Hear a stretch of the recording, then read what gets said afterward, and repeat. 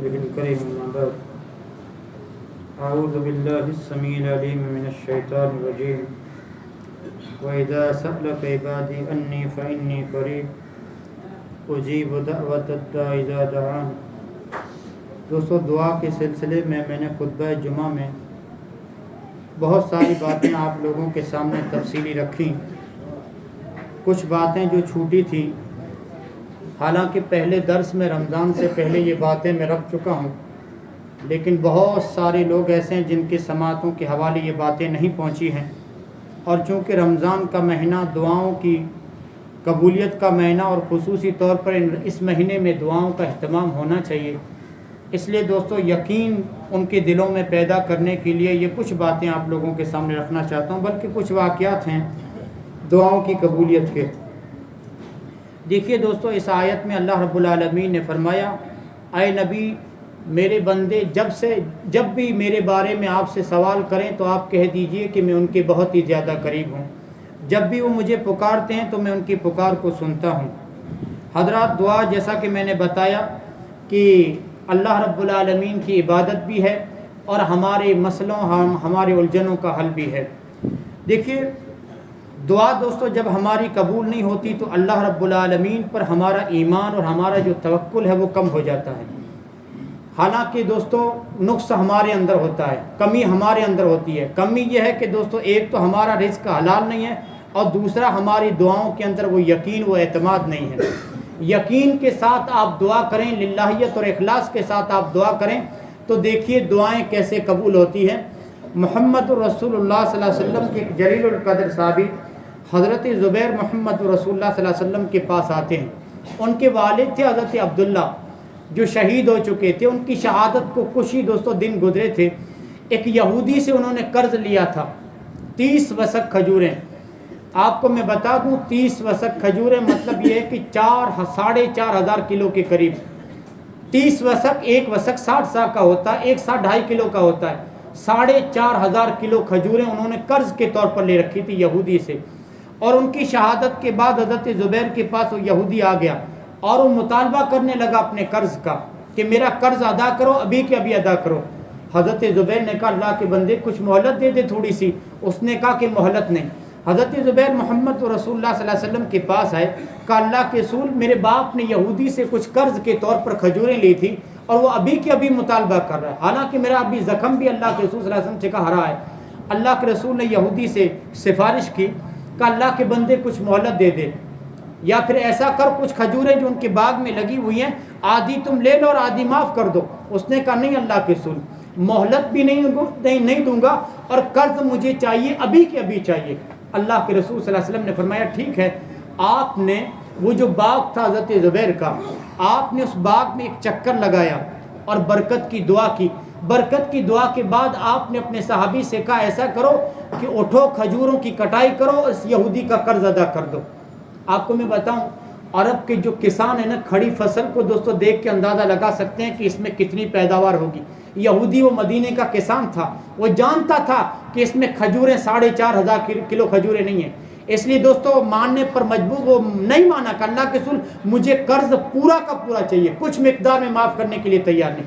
اللہ کے رسول نے حضرت زبیر سے کہا کہ کٹائی کرو، اس کا قرض واپس کرو۔ حضرت زبیر کہتی ہیں اللہ کی قسم اس باغ میں اتنی کھجوریں تھی نہیں، کیونکہ ہم کسان لوگ تھے، ہم فصلوں کو دیکھ کے پتہ لگا دیا کرتے ہیں کہ اس میں کتنی کھجوریں ہو سکتی ہیں، لیکن محمد رسول اللہ نے چکر کیا لگایا اور آپ نے برکت کی دعا کیا کی۔ حضرت زبیر کہتے ہیں کہ 4,500 کلو میں نے کھجوریں یہودی کی قرض کی ادا بھی کر دی، اور 17 وسق کھجوریں میرے پاس، 2,2500 کلو بچ بھی گئی میرے پاس۔ 4,500 کلو میں نے قرض والی کھجوریں بھی دے دی، اور 17 وسق 2,500 کلو کھجوریں میرے پاس بچ گئی۔ محمد رسول اللہ صلی اللہ علیہ وسلم کا یہ معجزہ بھی ہے، اور محمد رسول اللہ صلی اللہ علیہ وسلم کی وہ دعا جسے اللہ رب العالمین نے فوراً قبول کی، برکت کی دعا۔ اور آپ دیکھیے اللہ کے رسول کے کچھ اور جلیل القدر صحابی حضرت ابو ہریرہ روتے ہوئے آتے ہیں، ان کا ایک مسئلہ ہے۔ کیا مسئلہ ہے؟ اللہ رب العالمین نے ان کو تو ہدایت دے دی، لیکن ان کی ماں ہے کہ اسلام قبول نہیں کر رہی ہے، اور حضرت ابو ہریرہ کو اپنی والدہ سے بڑی محبت ہے، کہ اللہ کے رسول آپ دعا کیجئے کہ اللہ میری والدہ کو بھی ہدایت دے دے۔ اللہ کے رسول صلی اللہ علیہ وسلم نے دعا کی ان کی والدہ کے لیے، اور ابو ہریرہ سے کہا کہ اب جاؤ اپنی والدہ کے پاس. حضرت ابو ہریرہ جب اپنی والدہ کے پاس آئے, گھر کا دروازہ بند تھا, انہوں نے دستک دی, انہوں نے اندر سے آواز دی ان کی والدہ نے کہ بیٹا رکو, ابھی میں نہا رہی ہوں. جیسے ہی نہا کے باہر نکلی, حضرت ابو ہریرہ کہتے ہیں کہ قبل اس کے کہ میں کچھ کہتا, میری والدہ نے کلمہ پڑھ لیا, اشہد اللہ الہ الا اللہ. مطلب یہ کہ میرے پہنچنے سے پہلے محمد رسول اللہ صلی اللہ علیہ وسلم کی دعا پہنچ چکی تھی. میں واپس روتے ہوئے اللہ کے رسول کے پاس آیا. پہلی مرتبہ جو روتے ہوئے گیا وہ غم کے آنسو تھے, اب جو روتے ہوئے گیا وہ خوشی کے آنسو ہیں. اللہ کے رسول صلی اللہ علیہ وسلم سے کہا, اللہ کے رسول آپ کی دعا تو مجھ سے پہلے پہنچ گئی, میری والدہ کو رب العالمین نے ہدایت دے دی, اب ایک اور دعا کر دیجئے میرے لیے. محمد رسول اللہ نے واپس دعا کی حضرت ابو ہریرہ کے لیے کہ اللہ یہ تیرا بندہ ابو ہریرہ, اس کی اور اس کی والدہ کی محبت لوگوں کے دلوں میں بٹھا دے, اس کی اور اس کی والدہ کی محبت لوگوں کے دلوں میں بٹھا دے. حضرت ابو ہریرہ کہتے ہیں اس دعا کے بعد اللہ کی قسم مدینے کا ہر شخص مجھ سے محبت کرنے لگا. اس دعا کے بعد مدینے کا ہر شخص مجھ سے محبت کرنے لگا. اور حضرت ابو ہریرہ یہاں تک کہتے ہیں کہ مسلمان تو چھوڑیے, غیر مسلم تک مجھ سے محبت کرنے لگے, غیر مسلم تک مجھ سے محبت کرنے لگے. اور آپ دوستو یہاں پر جتنے لوگ بیٹھے ہیں, اگر آپ حضرت ابو ہریرہ کو جانتے ہیں, ایمانداری کے ساتھ بتائیے, ہمیں نبی کے ہر صحابی سے محبت ہے, لیکن ابو ہریرہ کا آپ نام لیجئے, ایسا لگے گا کہ دل ان کی طرف جھکا جا رہا ہے. اور آپ کو ایسا لگے گا کہ اللہ رب العالمین نے ایسا لگتا ہے کہ ابو ہریرہ کی محبت کے لیے دل میں الگ ہی گوشہ بنا دیا ہے. یہ محمد رسول اللہ صلی اللہ علیہ وسلم کی برکت کی دوستو نتیجہ ہے, اور آپ کی دعا کی قبولیت ہے. حضرت انس کی والدہ ام سلیم محمد رسول اللہ صلی اللہ علیہ وسلم کے پاس آتی ہیں اور کہتے ہیں اللہ کے رسول آپ کے اتنے سارے خادم ہیں, لیکن آپ کا یہ چھوٹا سا خادم. حضرت انس نے 10 سال محمد رسول اللہ کی خدمت کی بچپن سے, اور محمد رسول اللہ کو اپنے دوستو اس خادم سے بڑی محبت تھی. کہا اللہ کے رسول اپنے اس خادم کے بارے میں برکت کی دعا کر دیجئے. اللہ کے رسول نے حضرت انس کے لیے 3 باتوں کے لیے دعا کی, اللہم اکثر مالہ وولدہ واطل عمرہ. اے اللہ انس کے مال میں محبت دے, انس کی عمر میں برکت دے, اور اللہ انس کی اولاد میں برکت دے. 3 چیزوں کے لیے دعا کی. اور آپ جانتے ہیں ان کے مال میں کیسی برکت ہوئی. صحابہ کہتے ہیں کہ بعد میں حضرت انس کا شمار اغنیا صحابہ میں ہوتا تھا, مالدار صحابہ میں ہوتا تھا. اور حضرت انس خود کہتے ہیں کہ محمد رسول اللہ صلی اللہ علیہ وسلم کی دعا کی وجہ سے لوگوں کے باغوں اور باغیچوں میں انگور کی سال میں 1 فصل لگتی تھی, لیکن محمد رسول اللہ کی دعا کی وجہ سے میرے باغ میں انگوروں کی سال میں 2 فصلیں لگتی تھی. 2 فصلیں, یہ دعا کا نتیجہ تھا. اور حضرت انس خود کہتے ہیں ان کی دعا, اللہ کے رسول کی دعا کے بارے میں کہتے ہیں کہ اللہ کے رسول کی دعا تھی وَأَطِلْ عُمْرَهُ, اے اللہ انس کی عمر میں برکت دے. کہتے ہیں کہ میں نے 103 سال کی عمر پائی. حضرت انس کہتے ہیں میں نے 103 سال کی عمر پائی. اور آپ کو میں بتاؤں بعد میں جو انتقال کرنے والے صحابہ بالکل آخر میں, اس میں حضرت انس کا شمار بھی ہوتا ہے. اور اللہ رب العالمین نے اولاد میں برکت کی دعا کی تھی. حضرت انس کہتے ہیں میں نے اپنی اولاد میں 106 اولاد کو دیکھ لیا. میں نے اپنی اولاد میں 106 اولاد کو دیکھ لیا. یہ حضرت انس کا کہنا ہے. مطلب یہ کہ ان کے بیٹے بیٹیاں پوتے پوتیاں نواسے نواسیاں ان کی اولاد, وفات تک میں نے اپنی 106 اولاد کو. اور دوستوں مورخین کہتے ہیں کہ حضرت انس کی نسل میں محمد رسول اللہ کی دعا کی برکت کئی طریقے سے دیکھی گئی. آپ کو میں بتاؤں, حضرت ابن سیرین کا آپ نے نام سنا ہوگا, محمد بن سیرین اسلامی تاریخ کا سب سے بڑا معبر مانا جاتا ہے. تعبیر, خوابوں کی تعبیر بتانے والا, خوابوں کی تفسیر کرنے والا. اور اسلام کی دوستو تاریخ میں ایسا بڑا معبر خوابوں کی تعبیر کرنے والا آج تک پیدا نہیں ہوا محمد بن سیرین جیسا. یہ دراصل دوستو علماء کہتے ہیں کہ اسی محمد رسول اللہ صلی اللہ علیہ وسلم کی دعا کی برکت تھی, اسی دعا کا نتیجہ تھا. کیسے؟ ابن سیرین کا اور اللہ کے رسول صلی اللہ علیہ وسلم کی دعا کا دوستو کیا مطلب علماء کہتے ہیں یہ ہے کہ محمد بن سیرین, یہ جو سیرین تھے نا, یہ حضرت انس کے خادم تھے. اور خادم انسان کا مال ہوتا ہے, خادم انسان کا مال ہوتا ہے. یہ سیرین حضرت انس کے غلام تھے. تو اللہ کے رسول نے انس کے مال میں برکت کی دعا کی. یہ برکت صرف انس کے درہم و دینار میں نہیں آئی, بلکہ خادم کی شکل میں جو ان کا مال تھا اس میں بھی برکت آئی.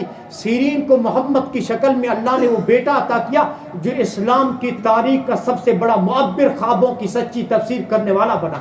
یہ اسی دعا کا نتیجہ تھا. آپ جانتے ہیں حضرت معاویہ کے زمانے میں, اور کچھ لوگ ایسے ہوتے ہیں زمین پر معاشرے میں دوستوں ان کی لوگوں کے درمیان کوئی حیثیت نہیں ہوتی, لیکن آپ نے فرمایا یہ زمین پر قسم کھا لیں 7ویں آسمان پہ اللہ ان کی قسم کی لاج رکھ لیتا ہے.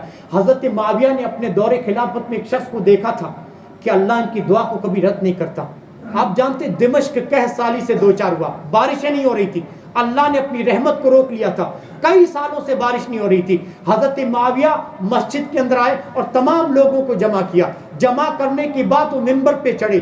ممبر پر چڑھنے کے بعد لوگوں میں یزید بن اسود الجرشی کو تلاش کرنے لگے. یزید بن اسود کون ہے؟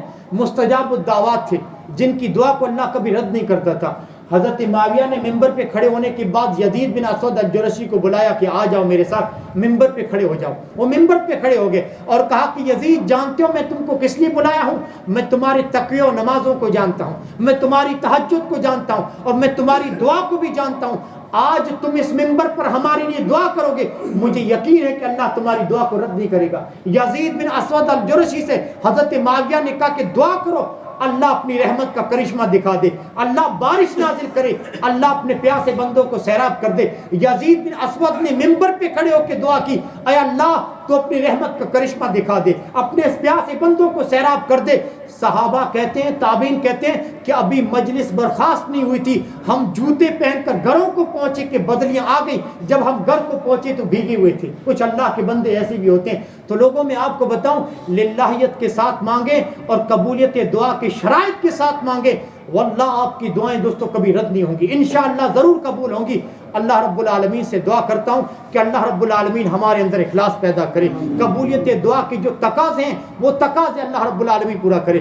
دوستو درس کے آداب میں سے یہ چیز ہے کہ ٹیک آپ لوگوں کو چھوڑ دینا چاہیے. جب بھی دین و قرآن و حدیث کی باتیں ہو رہی ہوں تو ٹیک نہیں ہونا چاہیے. اور قرآن و حدیث کی باتیں آپ جانتے ہیں, اللہ رب العالمین نے بھی فرمایا کہ قرآن پڑھا جاتا ہے تو مشرکین آوازیں بلند کرتے ہیں, آوازیں ہنسی ٹھٹھا کرتے تھے. تو قرآن کے دوستو سننے کے آداب میں سے کہ ٹیک نہ لگا جائے. جب قرآن دوستو پڑھا جا رہا ہو, قرآن کا درس ہو رہا ہو, تو اس کے بیچ میں دوسری کتاب کا مطالعہ بھی نہیں ہونا چاہیے. یہ دوستو بے ادبی سے, مجلس کی بے ادبی میں سے ہے. آپ لوگ کیا مطلب ثابت کرنا چاہتے ہیں کہ ہمیں ان باتوں سے کوئی دلچسپی نہیں ہے, ہم دوسری کتاب لے کر بیٹھ جائیں؟ یہ مجلس کے آداب کے خلاف ہے. ایسی بات بالکل دوستو نہیں ہونی چاہیے. جب تک درس ہے, محدثین علماء کا کہنا ہے کہ درس کے آداب میں سے ہیں کہ بالکل بغور درس کو سنا جائے اور بالکل درس سے غافل نہ ہوا جائے.